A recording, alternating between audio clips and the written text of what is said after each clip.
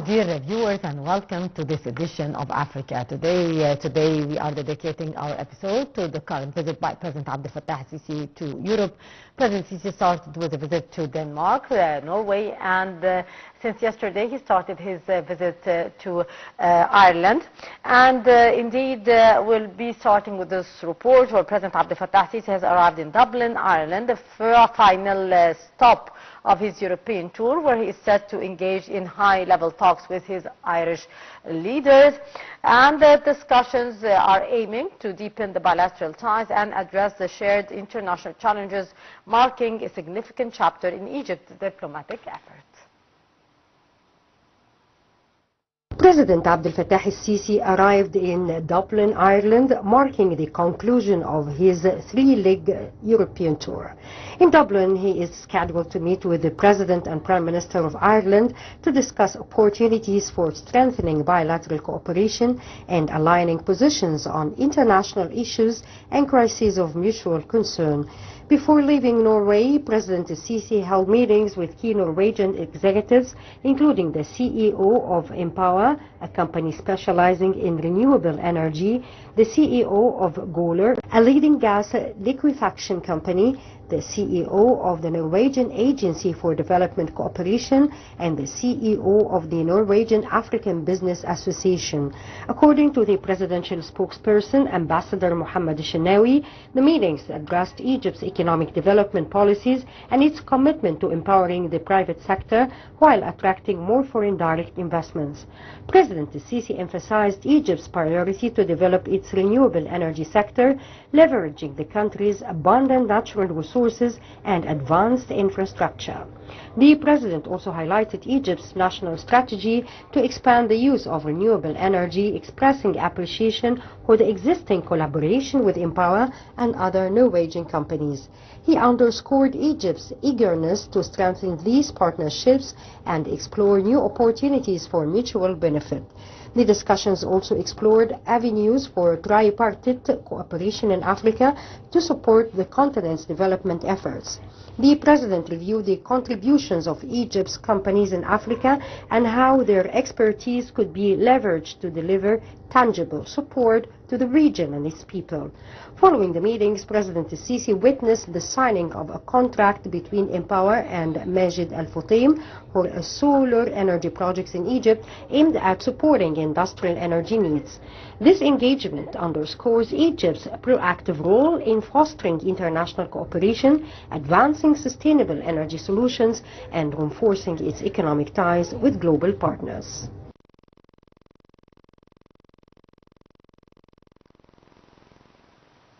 And to shed more light on President Abdel Fattah al-Sisi's European tour, we are very much delighted to be joined over the phone by Ambassador Medhat Melegy, former Assistant Foreign Minister. Ambassador Melegy, good afternoon to you, sir. Good afternoon. Sir, what is the significance of President Abdel Fattah al-Sisi's visit to Ireland, the final leg of a European tour that took him earlier to Denmark and to Norway? Well, I believe that Ireland is the most political visit of the three countries that he visited. Of course, we know that whether we're talking about Norway or Denmark, maybe the economic factor was the most eminent one. But when it comes to Ireland, I think the position of Ireland, the very honorable position of Ireland regarding the Arab issues, are the key point. Not to mention, of course, that there will be discussion about economic and trade between the two countries. But I believe that the visit to Ireland is mainly a political one. Yes, indeed, sir. Ambassador Melegy, actually Ireland's recognition of the Palestinian state was highlighted during President Sisi's visit to Ireland. How significant is this for Egypt's advocacy for the Palestinian cause from your point of view?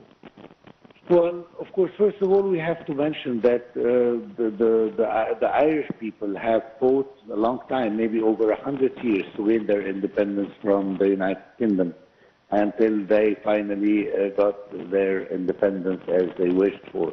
So they know what does it mean to struggle for freedom, and that's one of the reasons why they're always supporting the Arab cause, especially the Palestinian one. Of course, we have to praise the step taken by Ireland and Spain and Norway at a certain point to recognize all of them, the Palestinian state. But of course, coming from Ireland, which is one of the prominent EU countries, had an extra weight and leverage, of course, alongside with Spain. More than Norway, who is not yet, and not planning to be, actually, for the time being, member of the EU. And I believe that there will be a lot of discussion about how can we move the situation a little bit further, especially in the turmoil position that we are all feeling right now in the whole region of the Middle East. Sir, how could the Irish investments actually contribute to Egypt's economic ambition, particularly in the domains of education and technology?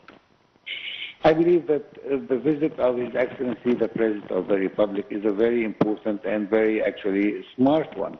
We have been for a long time talking about Europe and focusing all our efforts towards the classic countries that we have always dealt with, such as the UK, France, Germany, Italy, and so on. And now we are giving attention to countries that we haven't given enough attention to before. We are talking about two countries from the Nordic area, which are Denmark and Norway.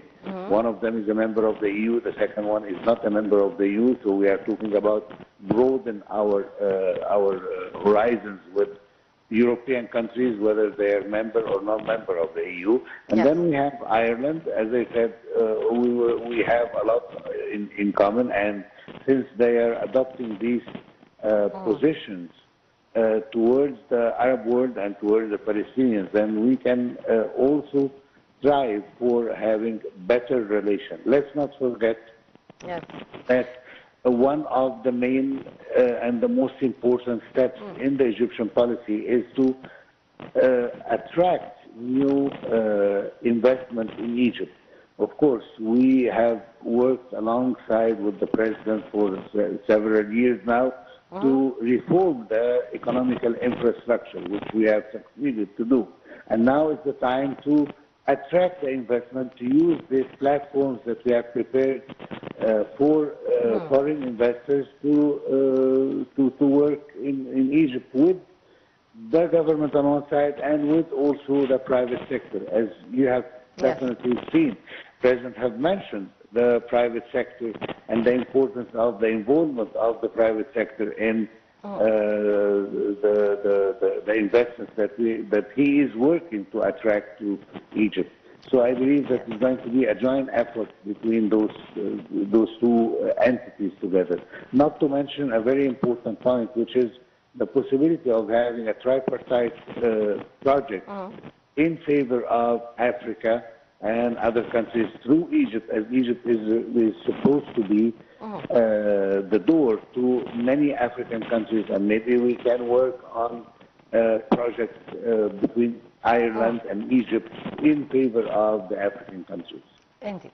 Mr. Ambassador, what actually are the opportunities that is existing for Egypt and Ireland in order to collaborate on humanitarian relief efforts, especially for Gaza? Well, actually, I mean, we have to prepare ourselves because at the time being, as we all know, the biggest hurdle and obstacles in front of the humanitarian aid, especially to Palestinian people, is Israel. And unfortunately, because of the unconditional support that Israel is getting, let's not forget that until today, starting from 7th of October until today, the United States have used its veto right 5 times to prevent the Security Council from issuing any even decision to a ceasefire, not to mention the war crimes that Israel is committing in Palestine.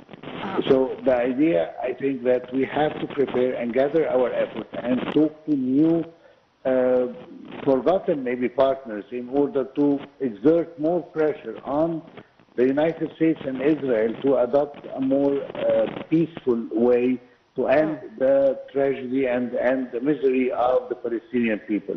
We have to understand that not all of Palestine is Hamas and the jihad.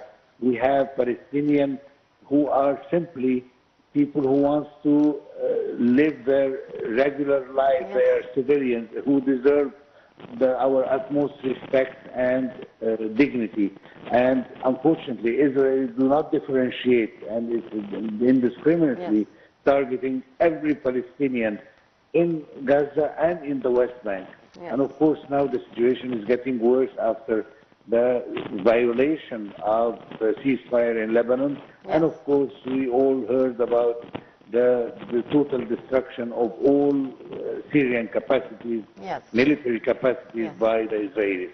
So actually, the idea of letting Israel and this impunity, the impunity American system that prevents the United Nations or even the free world to take any action against Israel, is pushing it to more and more do ethnic cleansing, not just in Palestine, but in the whole Arab region. And this is going to be very, very hard to fix at a later point. If the wise people of the world, the wise politicians of the world do not move now, we are going to find ourselves a catastrophe. Not just in Syria or in Lebanon, but the whole Middle East region, and accordingly, world peace is in danger. Unfortunately, yes, sir. Sir, moving to Norway, the President's visit to Norway is emphasizing great investment opportunities. Which sectors are likely to benefit most from the Norwegian investments in Egypt? Yes, definitely. I mean, as I said before, we have done our work here in Egypt. We have prepared and paved the way for investors to come and work with foreign investors who are thinking that Egypt now is more investment attractive. And I believe that we are going to offer what we have. We have several major projects, mega projects, and even smaller ones, and we are ready to attract investors who are willing and seeing in Egypt a good partner. I believe that the Suez area is a good thing to start with. Ireland is also depending to a certain extent on renewable energy, and this is one of the major targets that we are looking for. Partners in renewable energy. We are having problems to be self-sufficient in energy, so renewable energy may be the answer, and we are exploring with all the countries, especially those three countries, the possibilities of cooperating in this field, especially that we vote during the COP27 that took place in Sharm el-Sheikh, that we will lead the continent in Africa to be more and more green and more sustainable. And this will not happen without the cooperation with our friends, whether we're talking about Ireland and before that with Denmark and Norway. Yes, indeed. Ambassador Medhat Melegy, former Assistant Foreign Minister, thank you so much, sir, for your precious input. Always a pleasure. And in a groundbreaking achievement for gender equality and political representation, Ghana has elected Professor Nana Jan Opoku as the nation's first female vice president-elect. Partnering with the President-elect John Dramani under the National Democratic Congress. More details in the following report. Ghana has turned a new page in its democratic journey by electing Professor Nana Jane Opoku Agimang as the nation's first female vice president-elect, running alongside President-elect